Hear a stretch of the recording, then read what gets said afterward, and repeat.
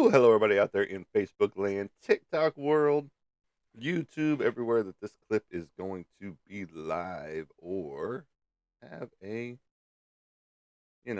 clip thereof show up on it. Welcome to the broadcast booth, everybody. I am Monty Anderson, your host here at 412 Productions, the art of Monty Anderson. Trying to figure out what is going on. You haven't shown up over there yet. Let's see what's going on over here. Welcome to the broadcast booth, everybody. I'm trying to figure out some technical difficulties that are happening right now. Because, better go ahead and flip this around. Dun, dun, dun. There we go.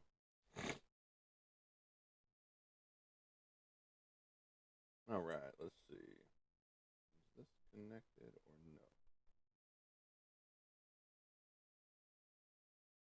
Because we're not connecting over there. No, okay. So we should be going out to the world. But all right, whatever's happening is happening. It'll get there. It'll show up there. So, but welcome to the broadcast booth. Hopefully, you all are doing great. Hopefully, you've had a great week so far, even though it is only, what is today? Wednesday? Is that what today is? Wednesday? I can never keep the day straight. But welcome, welcome, welcome. Don't forget to like, share, and follow when you do get here. That way, other people can find us as well. There you go. All right, so you're not putting any output out so far. What is going on with you? It does not like it for whatever reason. But welcome to the broadcast booth, everybody. We are. There we go. We're starting to get some output showing. Finally, when it comes to this, and once that starts showing me some output, what is going on?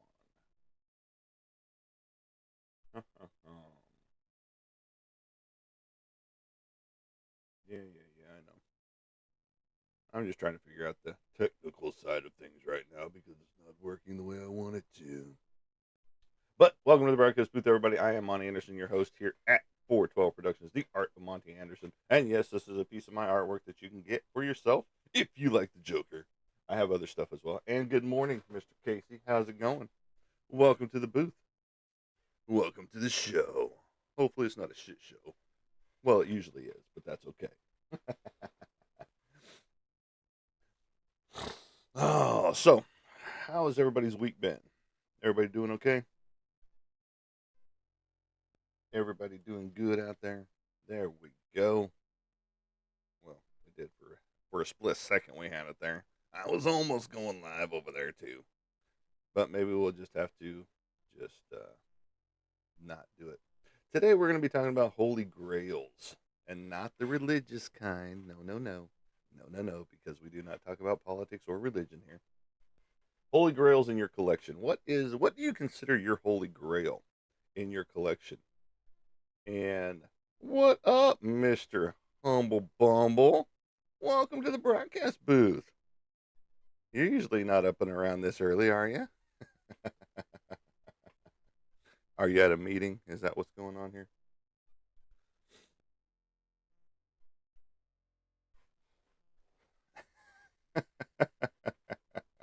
You've got some good stuff out there, man. I tell you what, I miss seeing your face whenever we go to meetings and things like that, and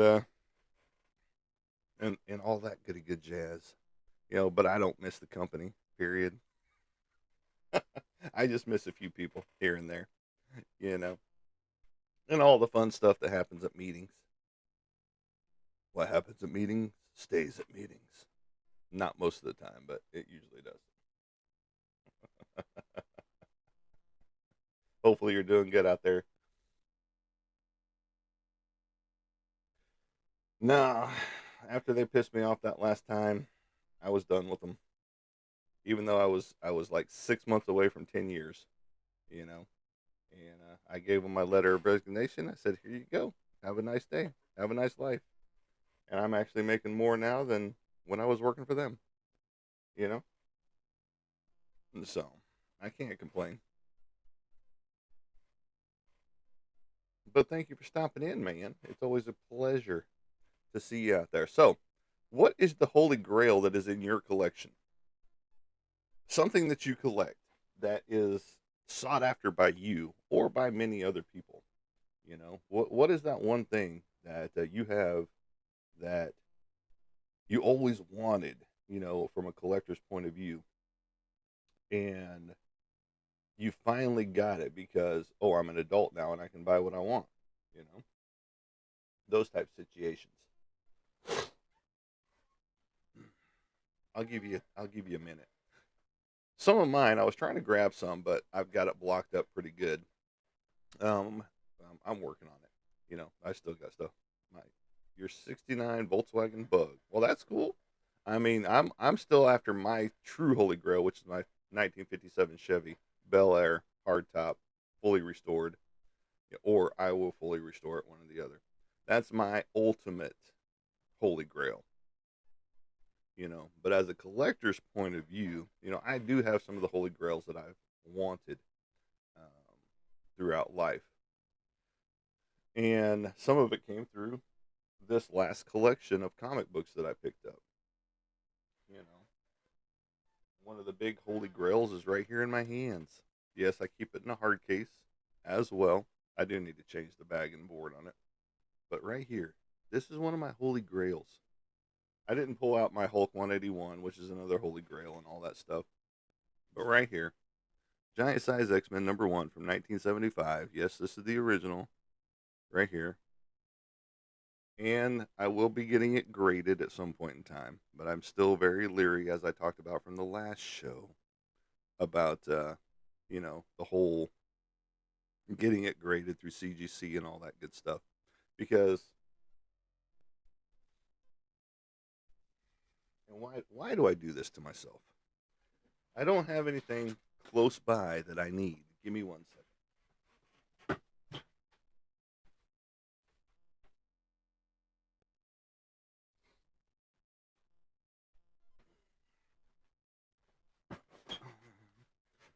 Yes, you got to see my fat ass. All right, so sorry, I will not touch this by hand.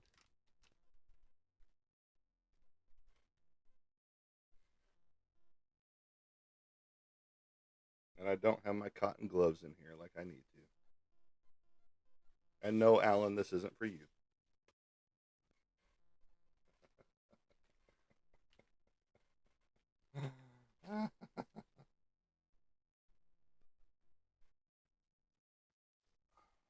All right, so now that we're donned up, we'll go ahead and remove this from the plastic. Like I said, I need a new bag and board anyway. This one's pretty old. So, this being my Holy Grail, one of,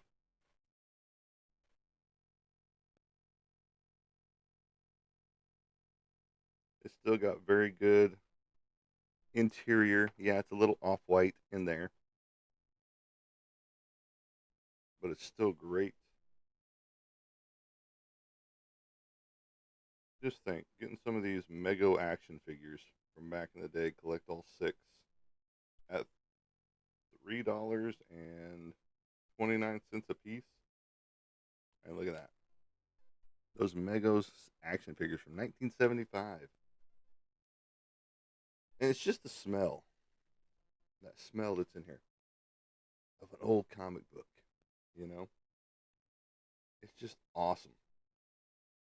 All of the pages are intact. There's no rips and tears.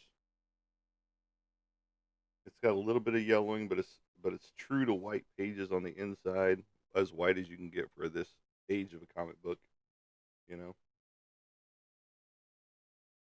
And this was, a very sought after book back in the day, and it is still a sought after book today, and it still has very sharp corners, as you can see. There is a little bit of a of a little tick right there in that corner right there, as you can see, a little bit of a tick right there in that corner. But other than that, this is a pristine overall book. Sharp corners, a little bit of a rolling here in this corner and in this corner, but that's where it took most of its damage anyway. A very thick book compared to most of your other comic books out there. But this is one of my holy grails. You know, I never thought I would actually own this comic book until this collection showed up. And we found a whole bunch of holy grails in it. And for now, it's going right back into its container. Very, very gingerly. And yeah, that's going to crinkle up because it's supposed to have been folded down on the inside. But there we go. Now it's in its hard case. Very well protected. Yeah, it looks like it's all bent up and stuff, but that's not the case in there. But this is one of my holy grails right here in comic book form. You know. And then of course some of the other ones which aren't as worth as much, which is the Giant Size X-Men #2, which follows that one.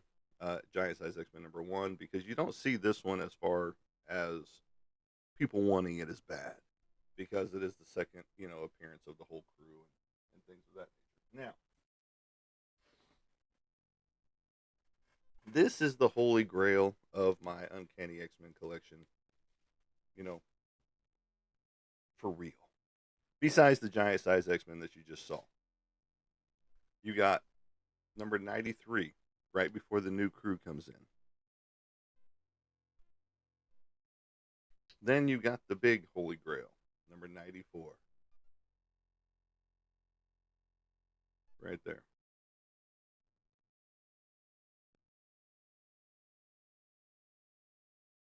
Then you got the 95.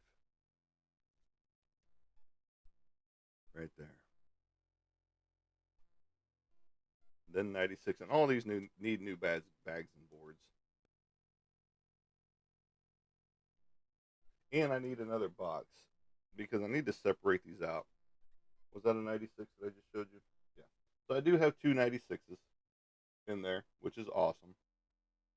And one has writing on it and one does not. Because the person that owned these originally liked to do some kind of a coding system on them. As you can see right here, down here.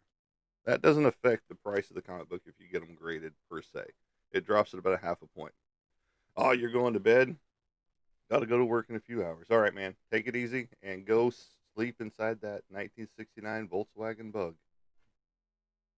And don't dream about this. That's 97, 98, 99, and yes, number 100 right there. And the X-Men versus X-Men in a battle to the death. Betrayed by Professor X. Right there. And these are the Holy Grails. And enter the Phoenix. Right there. Number 101. Now I've got a ton more. I've got almost the whole collection of Uncanny X-Men. So, and in reality, anything that I have in my collection over there is my holy grail for my Uncanny X-Men collection. And very gingerly setting those down.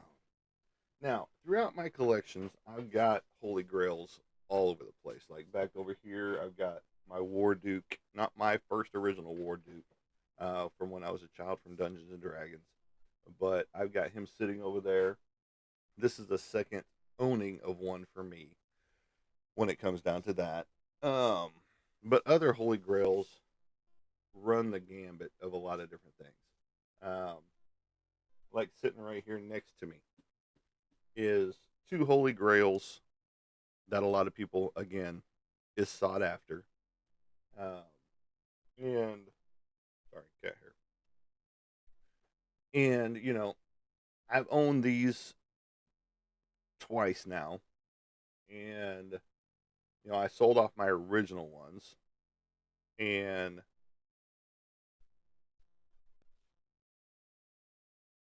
well, sorry to hear that, man. Gary, we'll be sending out some good vibes your way, brother. As Cancer is no joke. A lot of people know that, and we'll be sending out good vibes your way, 100%. And if you're coming on, this isn't a Blink 182 cosplay going on. If you know, you know.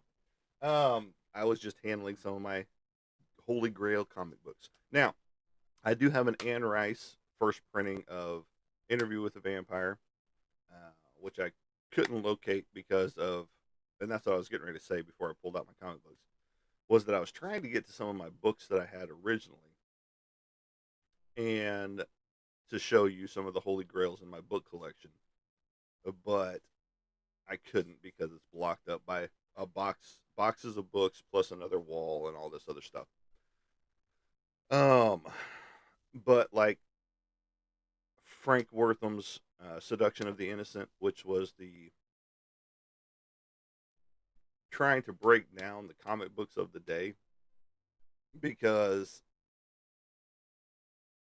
everyone that was getting arrested back in the day was reading comic books. And were they getting their ideas from the comic books? Of course they were. 100%.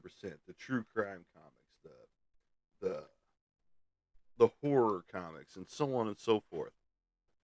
It was giving the young people of the day their ideas, you know. And so Frank Wortham, a professor, you know a brain trust, if you will, wrote this book, went to Congress to fight comic books and all this other stuff. And so what they did was created what's called the Comic Codes Authority, which is no longer around. They decided to go ahead and cancel culture that one back in the day, back in the 2000s, I think. I want to say. I could be wrong on when they canceled it, but they got rid of it. They no longer enjoyed it, and so people got away from it after the whole hullabaloo of his, creating the whole Comics Code Authority. You had to pass a certain amount of things in your book before it could be published, and then it had to have the Comics Code Authority on it, which I don't know if any of these have it on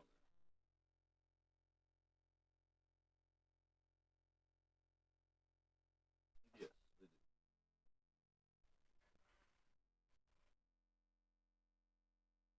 do. Right here in this corner, it says approved by the Comics Code.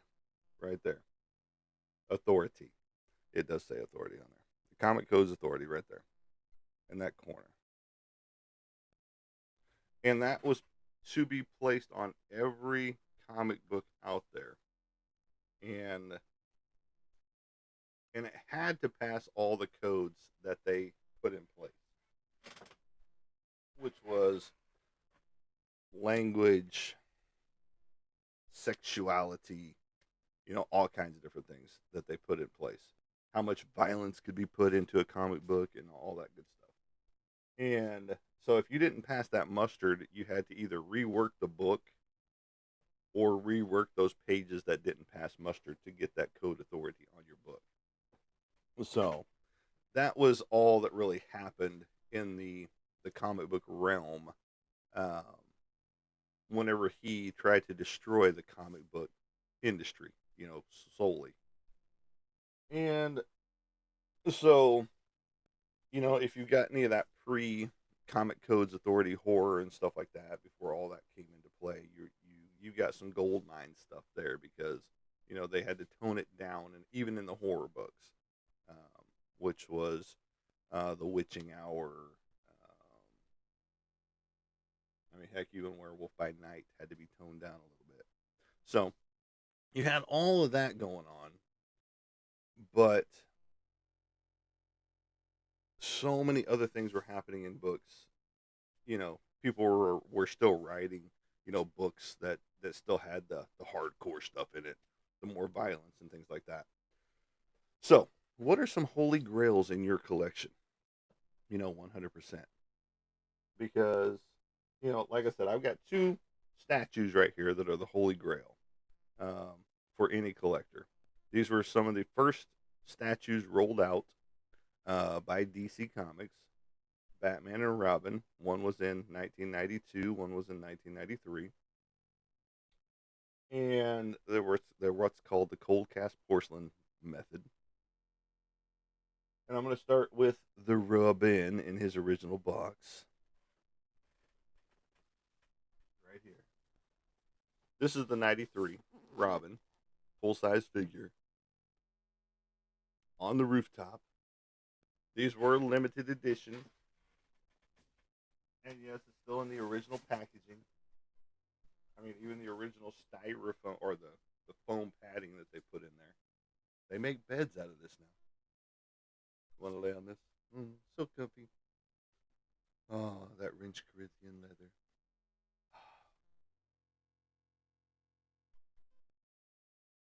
And here's Mr. Boy Wonder himself. He has been displayed. He does have a metal staff right here. And this one is number 2496 out of 3900. And there's the proof on that on the bottom. Right there.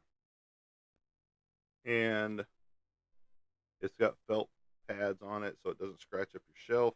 It's got authentic bird poo from pigeons, right there that have sat here with him. He needs a little dusting himself. But this is one of those sought after statues that people want because this is one of the original statues that DC ever started to create, back in the day. Now they had action figures and things like that, but when it came to the statues and things that they started to roll out later on, this is, from my understanding, one of the first statues in their line. Now they had Lobo and other things, which I'm still seeking that Lobo as we speak. And I will own a Lobo. But that is that Holy Grail in the original box. And then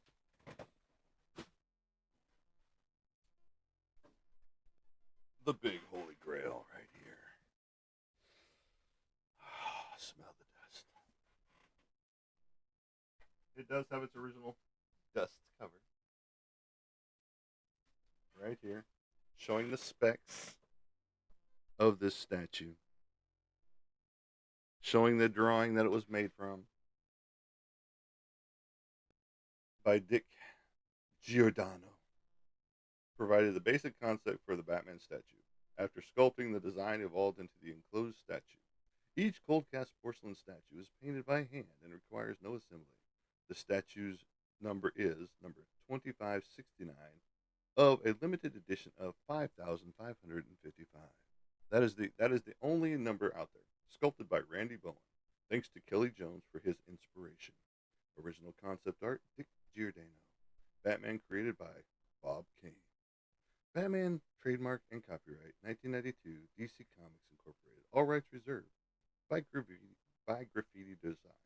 And this was even expensive back in the day at 120 bucks.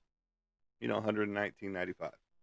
But this is your statues of the day, Sandman and Lobo, as well, were available. And this is what the final statue looks like, even though this was the drawing on the inside. But this is what the final statue looked like in total. Because I guess they didn't feel like they wanted to put that big winged bat or cape out there as they did. So now we're going to unbox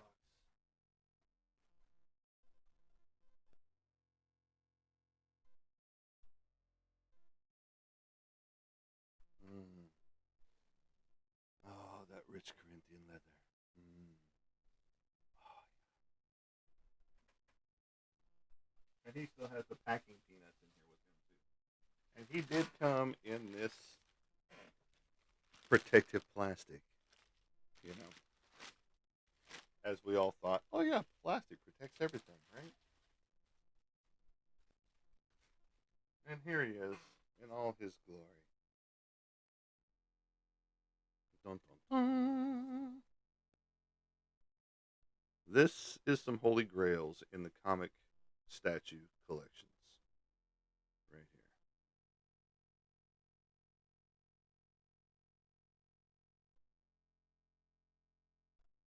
And again, number 2569 out of 5,555. Right there.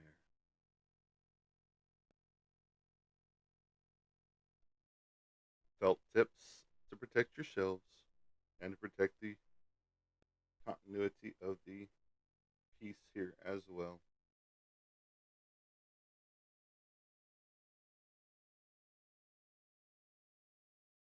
It looks like somebody screwed up whenever they did this numbering, and they probably already had this number written down, and somebody numbered one of the other ones because you can see where the differentiating color is right there, where it looks like they had to mark out the old number that was under there and put the 9 on it. But there you go. These are some of the Holy Grails in my collection. Like I said, Anne Rice, Interview with the Vampire is one that I couldn't show you because I couldn't get to it. And then, of course, Frank Wortham's Seduction of the Innocent first print. Um, Also, one of the Holy Grails right there. But this is, just some of the Holy Grails in my collection. I have tons. What are Holy Grails in your collection? Be it cards, be it cars, be it Hot Wheels, be it whatever it could be in your collection. What is that Holy Grail that you thought you would never own, but you do own now? Because hey, I'm an adult and I can buy what I want. And yes, I don't have these on display anymore. I used to have them on display on a regular basis, but I don't have them on display anymore just because I don't have the space and I've got animals that like to knock shelves over. So that's not a good combination when you have highly breakable items, you know. And so these poor little guys get to stay in their box and containers on a regular basis. Just like my comic books, I don't have those displayed either. And another Holy Grail is what we talked about on the last show when we talked about Slabbed or Nah right here. This was the very first comic book I ever read. Number 163, or correction, 183 of the Uncanny X-Men right here. And this one I have 3 different copies of. This one is the slabbed version. And I've got the newsstand and direct version in my comic boxes over here to my left. And where you see that bright light shining over my shoulder. That's the hallway going into coming into the office. So those are some of my holy grails when it comes to uh, my collection. So what are some of the holy grails that you've got? You know, be it a piece of music, be it a an autograph. You know, because I've got a comic box that I used to take with me to different comic book conventions and things like that that has Stan Lee's autograph on it. It's got Stephen Hughes' autograph on it. It's got Joe Jusko. It's got Michael Turner, several dead people on the box. You know, because I used to take it to comic book conventions and get them to sign it as well. And that's when signatures were free. You didn't have to pay for them like you do now. Um, other ones that I've got that I didn't pull out was like Hulk 181, 182. Still looking for 180, which I will own that one again. Um, and my ultimate holy grail in the Uncanny X-Men collection, of course, is the number 1 edition, the first comic book from 1963 when it rolled out. Um, and I used to own it, but then I was stupid. I got married and used all of my comic books as a down payment for the house I no longer live in, or a woman I'm no longer married to. You know. And Nikita doing well. How about yourself?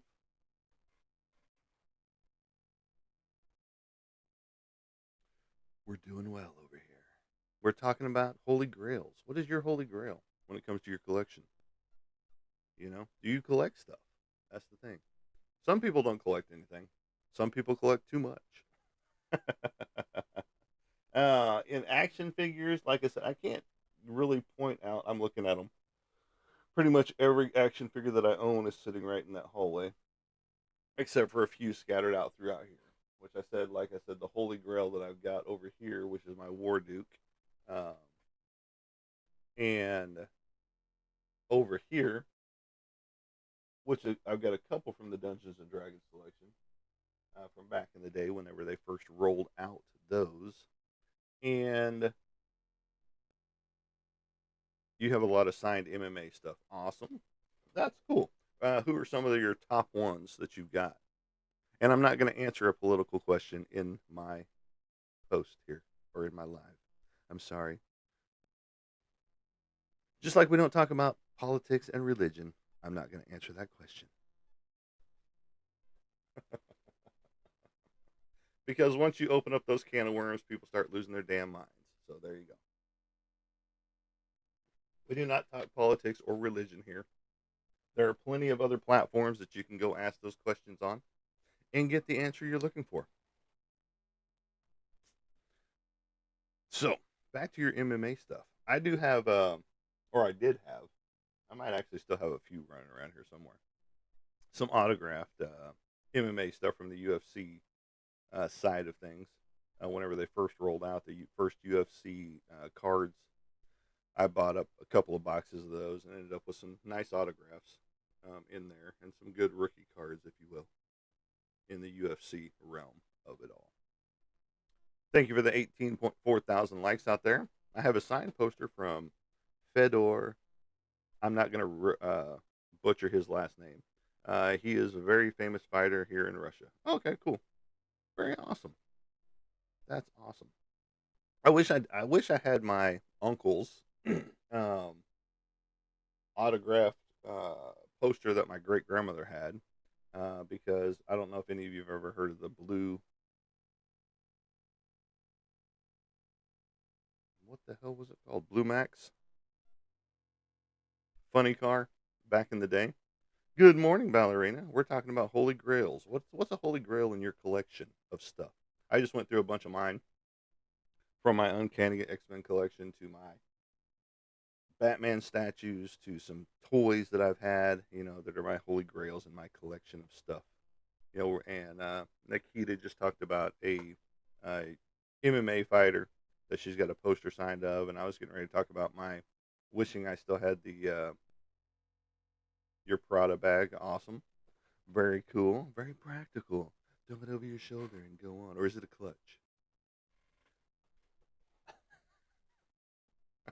Yes, my second ex-wife was into that type of stuff, so yes, I know what a clutch is. I know what an over the shoulder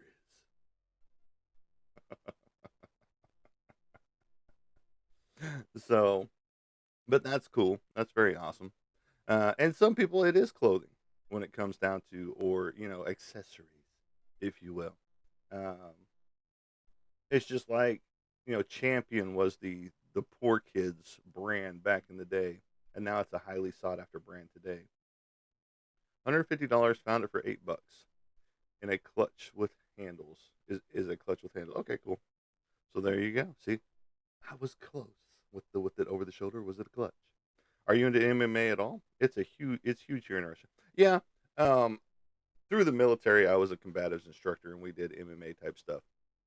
Um, not as hardcore at the time, but a lot of ground fighting and things like that.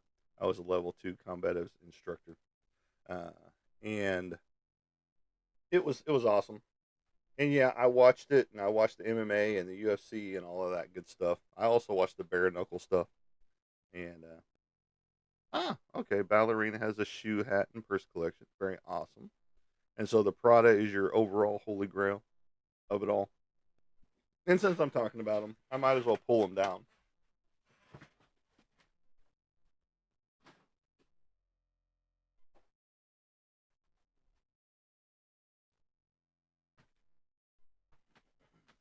I guess I should put that back, huh? Put that back right there. So the only thing in here is, I'll show you him first. He's the, can't remember what his name is, but I don't have his sword or shield for him. But he's part of the Dungeons and Dragons collection here, right there. And he's not my Holy Grail, but Warduke is, because I had him as a kid, and I have his sword and his shield and all that good stuff. And this is, one of my Holy Grails when it comes to action figures, because I had this as a kid and I played with it to death, and it was a lot more worn out than this one.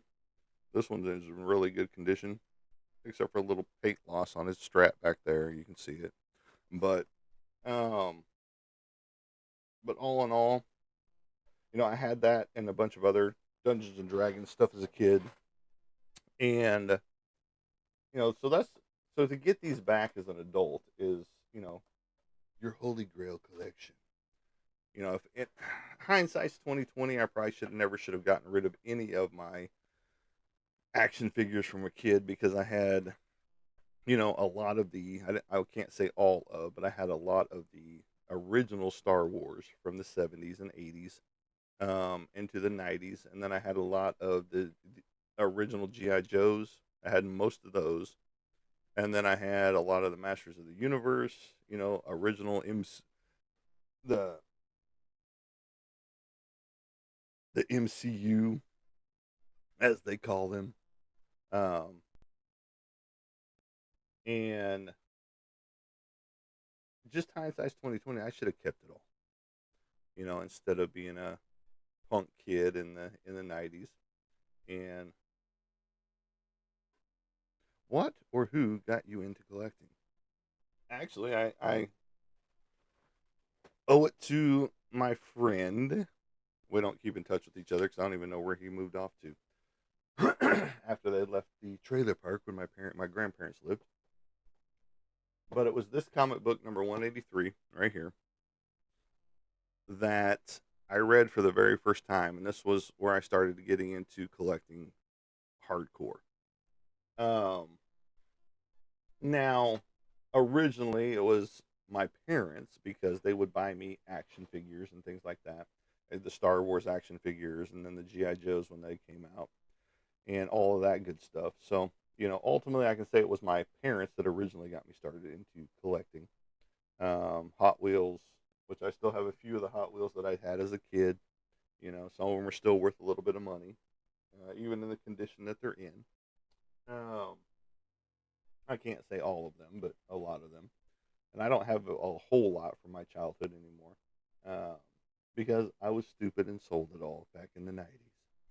Um, because I got tired of carrying this or moving this big box around that had everything in it that was probably 4 foot tall by 2 foot square on the inside. Um, it was a huge box. I mean, the sucker stood about this tall, and I'm sitting down. So right here.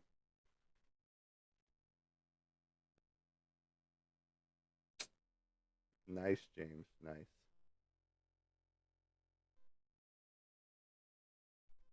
I guess they warmed up some cheesecake then, huh?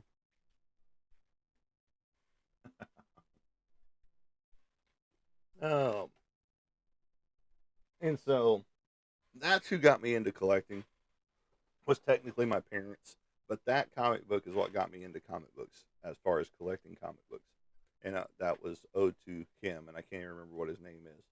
I'm trying to think, because we spent summers together playing Dungeons and Dragons, basketball, and reading comic books that he had, because he had a subscription to them that was sent to his mailbox. And once I found out, hey, comic books, let's go. And so I found a a convenience store in my grandparents' town that we would stop at, and I was able to get comic books, from there. Um, don't ever know whatever happened to those, actually, because I didn't keep them stored like I do now, bagged and boarded and all that goody good stuff. So, um, most everything that I do that I collect has a protective case to it in some sort or another. Just like these clamshells right here, very inexpensive. You can get them, on eBay, on Amazon, anywhere that sells. And I need to dust him off apparently. Whoop, there we go. Dun, dun, dun, all clean. And that's the beauty of having them in a protective case too. You just wipe the case off and you're done. You move on. Whenever you have them out on display, then you've got to clean every nook and cranny, and hopefully you're using a microfiber cloth or a cotton cloth, so it doesn't scratch up the surface of the action figures or whatever you've got on display. Just like cleaning the Prada bag that you know she has. Or do you have yours, Nikita? Do you have yours in a frame? I hope your autographed MMA. If you're still with us, okay. Yes, it's in a frame. Awesome. Very cool. Very cool. Because you don't want that to get damaged over the time. It's just like my Nightmare or Nightmare on Elm Street back there. It's in a frame. You can't see it from this angle, but they can up there. But they can see Chester back there as well, hiding in the darkness. But you can see my painting. It's not a painting. It's a print of one of my favorite artists right there.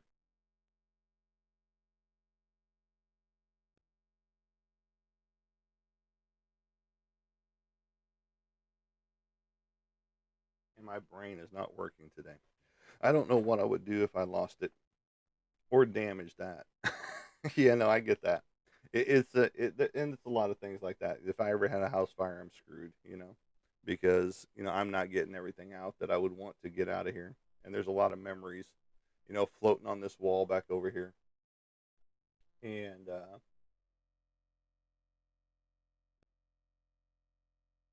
a lot of originals sitting on this wall as well. So I feel your pain, and I've got a lot of originals floating throughout this entire office. Not just my own artwork, but other people's artwork that I got back in the day. Most of these came back from back in the '90s. I can say pretty much all of these except for the Guy Gilchrist and the white over here. This one and two over here on the wall. Those Most of these back here were from the '90s. Absolutely. And Patrick Nagel is his name right there, who created that little signage right there. My brain wasn't working for a half a minute there, and I apologize. But yeah, no, I've got a lot of memories, and there's a lot of passed away people on this wall back here, like Stephen Hughes, Art Nichols.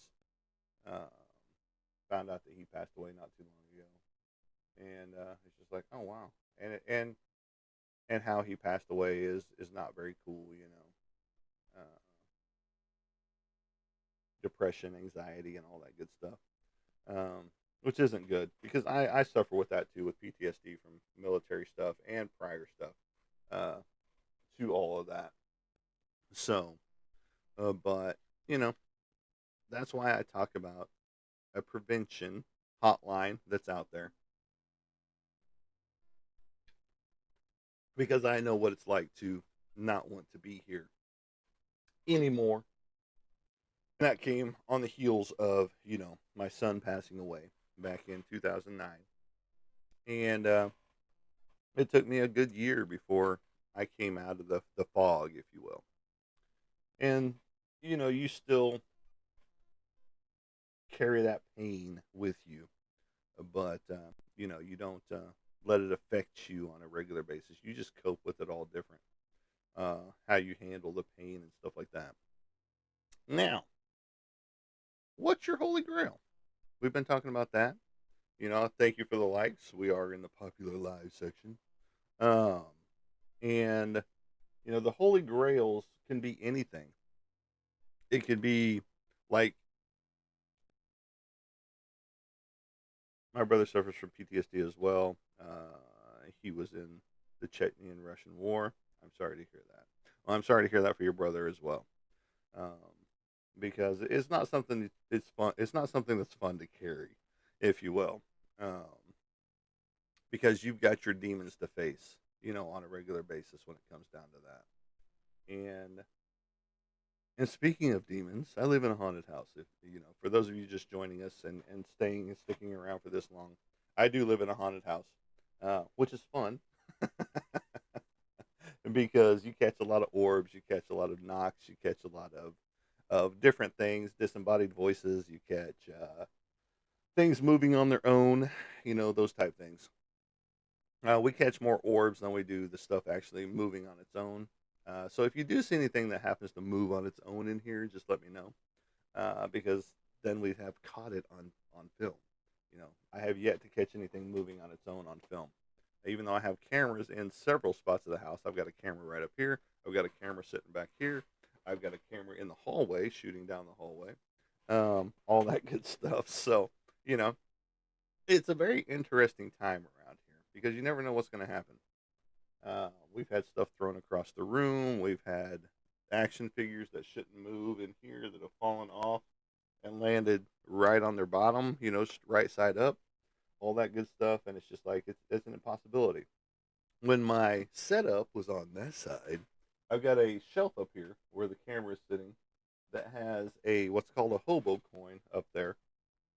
And it's a good 2.5, 3 feet away from the edge of the desk over here because it's up against the wall, it's on a shelf, and it's got some crystals and other stuff on it. Even if you hit the other side of the wall, it does shift a few things around, you know. Well, hello there. And Apollonia. And this coin ended up coming off out up off the shelf over and landing on the edge of the desk in front of my keyboard, tail side up. And it's just like there's no physical possible way that that could happen. If it rolled to one side or the other, it would hit a picture frame, which is right there, which you can't see. Um, and it is of Kate Beckinsale's autograph up there. And if it were to flip forward, it has to pass in front of a stone that's in front of it that was in front of it at the time. There's an alien, little metal alien figure in front of it now. It would have to pass over the top of that rock, that stone that was in front of it, the crystal. If it did somehow loop off the top of that, it would fall straight down because that's gravity. It doesn't catapult it forward 3 feet and then land on the desk at the very edge of the desk, tail side up, you know. And then we've had action figures that have flipped upside down. Say you had two clamshells sitting back to back like this, and let me wipe you off too before somebody gripes about that. And then you had an action figure sitting on top of these guys like this. Well, you've got two figures back to back, and then you would have this figure then all of a sudden land like this with the hang tag section in between the other figures, which is like impossibility because when a figure falls, it will fall forward, and just catapult off. It will not go like this. Oh, let me just reposition myself the correct way and slip in between. So we've had stuff like that happen. And then we've had stones thrown off a table. We've had just all kinds of stuff. I mean, the first couple of nights that I lived here, it sounded like somebody was trying to break in my house, and kick in the front door. And I'm up, walking the house, flipping lights on with a certain water gun in hand. And then walking outside the perimeter with that same water gun. And then the very next night, sounded like the door outside my office window was getting kicked in. The same thing, flipping lights on, going around the inside the house, outside the house, absolutely nothing. Then realizing, oh, I've got poltergeist activity. So that's a holy grail, you know.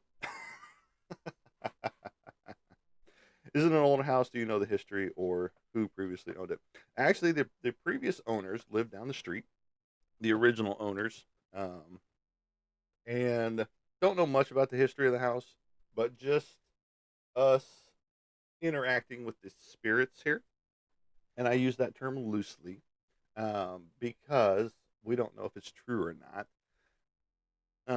It was built supposedly in the 1960s, so it's not that old of a house.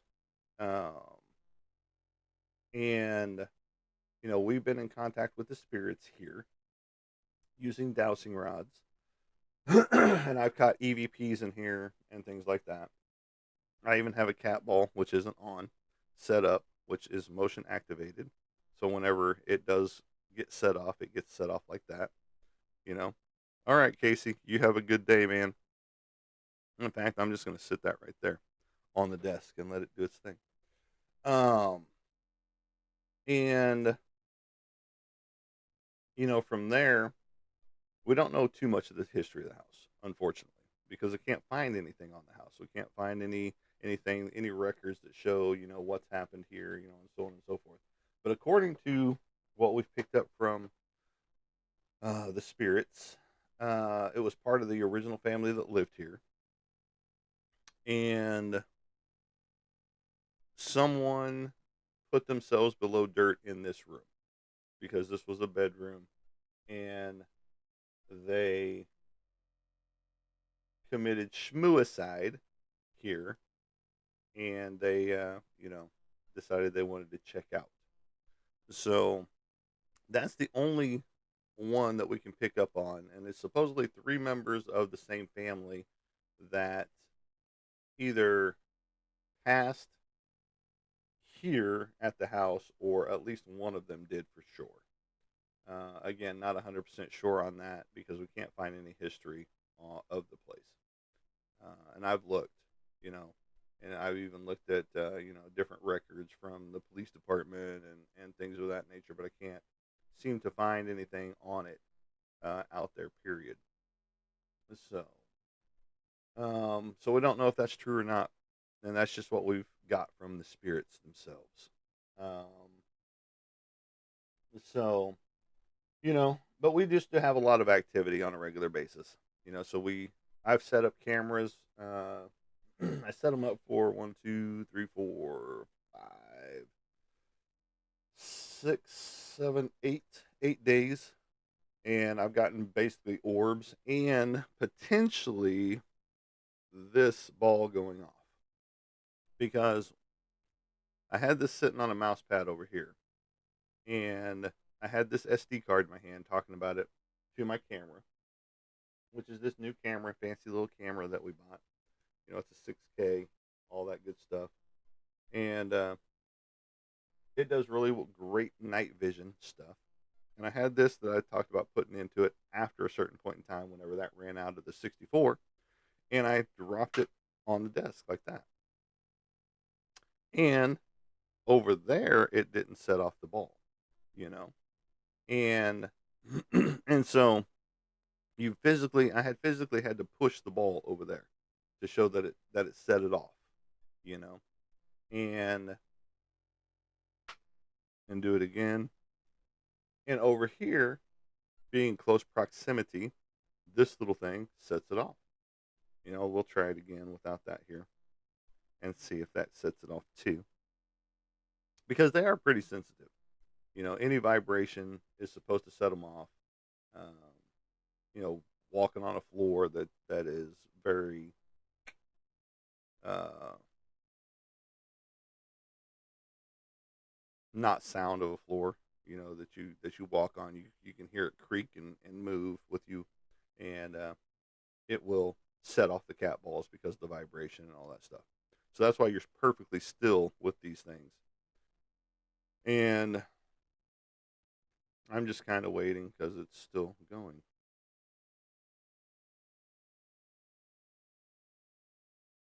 But I did have this sitting on the desk right here, and yeah, it's still going, and I haven't touched anything.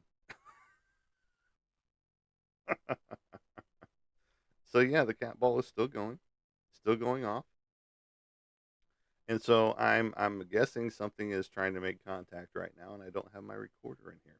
And good morning, Mister Roy Joe. Oh, you Boomer Sooner Bradley Jr. See how that rhymes? That's a good name for him. And but yeah, the cat ball is continuously going off, and there is no vibration going on. So it finally stopped. There we go. Okay. So,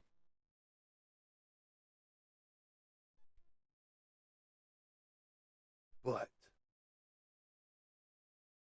how are y'all doing out there? Roy, what's the Holy Grail in your collection? What is the one thing that you are hunting for yourself in your Holy Grail of your collection? You know, that's what we've been talking about. And then we got off onto the subject of paranormal side. But the girlfriend bought me the acrylic paint markers from TikTok Shop. And they work really good so far. They do not bleed through. The color mixes well. So I'm going to be using these on some of my projects here. And if they work really super well, I'll be getting the bigger collection of these. But we tried them out. Excuse me. We tried them out the other day when they came in yesterday. And did the whole color test with it like they show on the TikTok Shop, where they let it dry and then they come back and color it again. And it does not leave the streaks like your typical alcohol markers do. So that's pretty cool.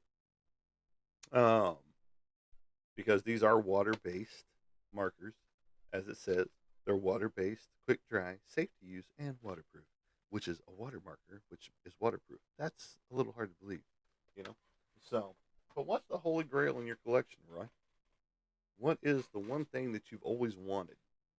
You know, even as a kid growing up, what's that one sought after item that you wanted?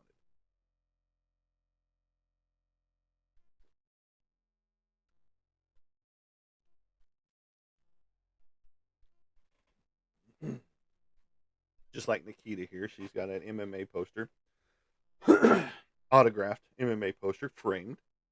Don't ask me the name because I've already forgot. It was great speaking with you. I have training. I'll see you another time, my friend. Of course. Just be sure to follow me, and I'll follow you back, Nikita. You have a great day wherever you are. So, Roy, what is that one thing that you're looking for? What is that one thing that you would want in your collection?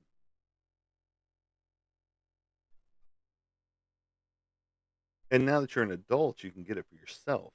But, what is that one thing that you've always wanted? Did you ever own what you wanted?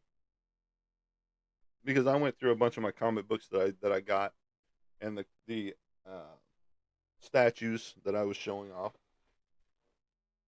I don't know, buddy. Huh. So there's nothing that you ever wanted in your life that you never got, or I mean, there's some people that could be that way. I can understand that. Just woke up. Wow. So late in the day, did you just wake up? Oh, I just moved that myself. Put that right there. And I'm not touching the desk.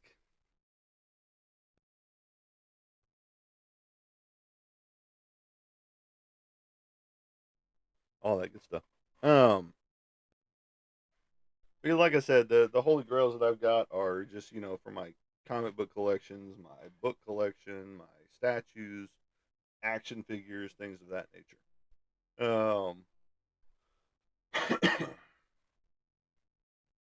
And it's all stuff that I can get now that I'm an adult, and it's just like, some of it I should have kept, like I talked about before. I should have kept for my childhood, and I would be set today, you know. Especially my Star Wars figures and my GI Joes and my Masters of the Universe. I'm happy to catch your live stream. Well, I'm happy that you're here, Mr. Roy Joe. Oh, you boomer sooner, Bradley Jr. See how that all works together? It's just a great name for you because you are the biggest OU Sooner fan that I know. And you're a big Thunderhead, Oklahoma City Thunder, his favorite team out there in the NBA. So that's what he's seeking after. He's seeking a shy autographed jersey from Oklahoma City Thunder, and then some OU autographed memorabilia. I get it. I get it. Especially, of course, CD Lamb. He would do that. You know, John Mateer. He'd do that. The current quarterback situation right now. So yeah, I get that. I get that. I understand that, Mr. Roy. So there you go. Um, let's see. Just different things throughout the years have been holy grails for me. Like I said, my ultimate holy grail would be a 1957 Chevy Bel Air hardtop. Either, you know, in the restoration process where I can finish it up, or because I'm not into the complete rebuild of stuff. 100%. I would if that's what it came down to, or fully restored. 1957 Chevy Bel Air hardtop. Now the sad part about all that is, my dad had one in a storage unit that his second ex-wife decided she would sell off instead of letting it pass through the family, and so I never got to see it. I didn't even know it existed until after the fact, and it is what it is. It was that close to my grasp, that close, but no, it was not meant to be. And so, um, one of these days, you know, God willing, and the creek don't rise, I'll own one. You know, as the old saying goes. Just like Roy over there streaking by Ray Stevens, the old guy that sang about not so friendly things.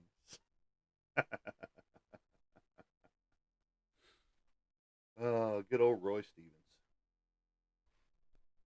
If you listen to any of his songs, you know what I'm talking about. It's just like the guy that listens to all of the songs that were made back in the 60s and 70s and stuff like that, and even stuff today, um, that is questionable lyrics back then, and he's just like, oh my god, I can't believe I'm listening to this, because you guys suggested the song, I listened to it, and I figured out what the song is about. And it's just like, and back in the day, nobody thought anything about it, you know, and now we all think about it. So there you go. But yeah, now it's the Holy Grails are different things for different people.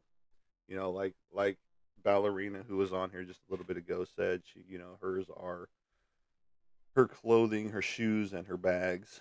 And then you've got other people that value other stuff, like Alan was on here, Mr. Humble Bumble. Um, his was his '69 Volkswagen Bug, and mine happens to do with collectibles, action figures, comic books, statues, those type things. And then ultimately, once I do get down to it, the '57 Chevy that I will look at and get into. Um, but we all have our own holy grails for things. And in my book collection, I've got holy grails there. Like I said, the Anne Rice first print of Interview with a Vampire, Frank Wortham's Seduction of the Innocent, which tried to destroy the comic book industry back in the day. Uh, and I got it's the first print of that one as well. And then there's just other books and things like that are in my collection that are holy grails as well. So, what is your holy grail out there? What is the one thing that you're looking for? Besides, my holy grail would be $1 million. That'd be anybody's holy grail if you don't have $1 million. You know, that's why so many people are playing the lottery so hard.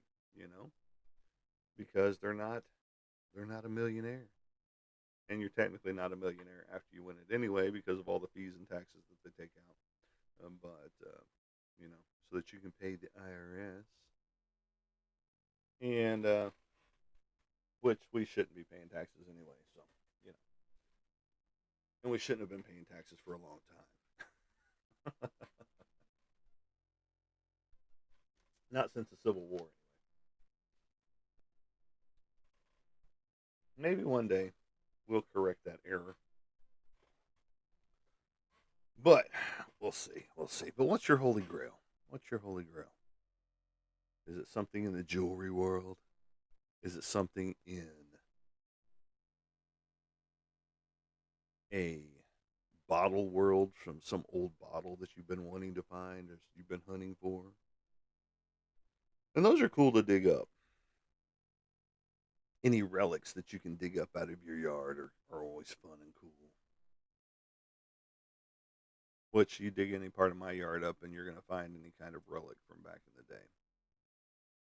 Unfortunately, it's not super old, you know. And it's probably melted or broken, if I had to guess. Because they use my yard as a fire pit for pretty much anything, everywhere, all the time. We find burned glass, we find burned metal, we find broken statuettes, uh, dishes, forks, silverware. I mean, just silverware all over the place.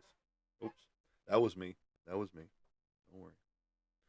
And it's just crazy all the stuff that they trashed in the yard, um, because you can't dig anywhere in the yard without hitting a trash pile of some sort, and it's been burned, so it's all melted and stuff like that.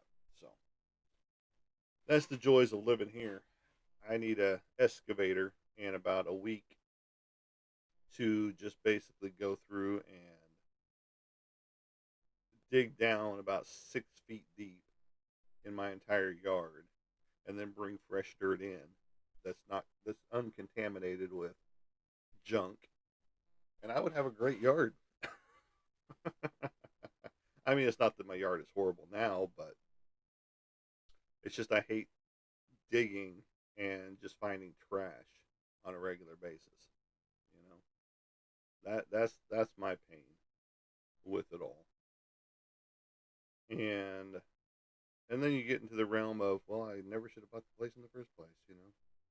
And so, but I did, and it's fine. Excuse me. So, what's your holy grail? What is that one thing that you've been seeking after? You know, that's what we've been talking about. And no, we never did. Okay.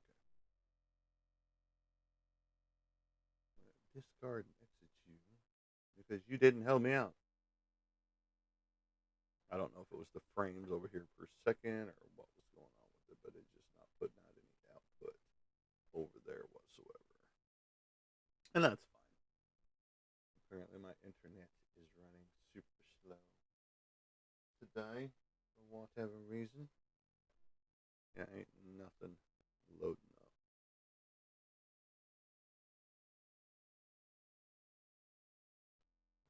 Right there.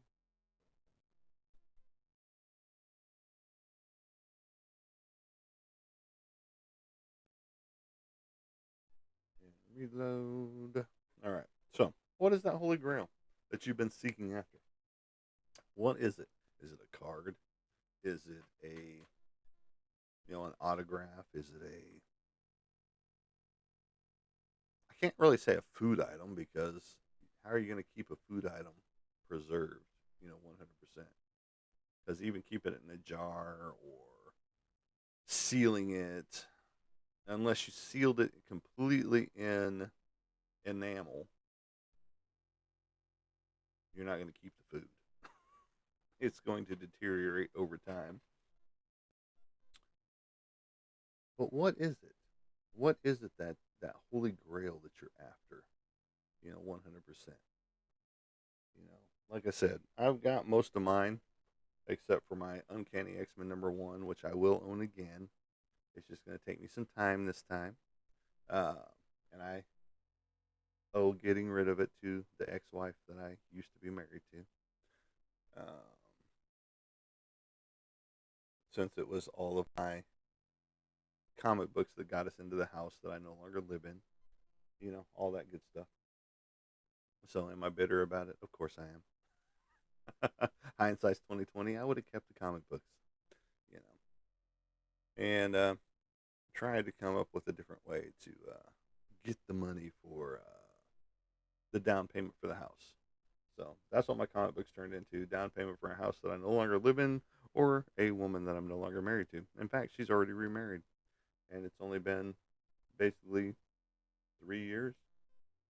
And to each their own. Hopefully, he enjoys the narcissist, and the outburst of anger and temperaments and things of that nature. So, all that good stuff. More power to him. I hope he enjoys, what he's getting into. But me, I did not, and I had 12 years too much of it, you So, but all right, folks, we are gonna kill it for today. I've got artwork to get on to, and animals will be waking up soon, as the sun will be coming up here in a little bit. But anyway, I appreciate your guys' time stopping in, checking out the channel, telling us what your holy grails are, and getting to see some of what my holy grails are. So I appreciate you again, and check on your friends 100%, especially those that struggle with different things. Thanks for the rose out there, Roy. And thanks for all the likes, the shares, and the follows, because this will get more people over here to check us out. Because we do talk about horror movies, we talk about sci-fi movies, we talk about um, comic books, comic book artwork, my comic book artwork, so on and so forth on a regular basis. That's what we do here, because we are a fandom, and this is a piece of my artwork right here that is on a shirt that you can get from 412 Productions right there. Boom, boom, boom. The Art of Monty Anderson right there. And we do appreciate each and everybody here. And as I said, as I always say, whenever I leave you guys, we will catch you on the flip side. Have a good day, everybody.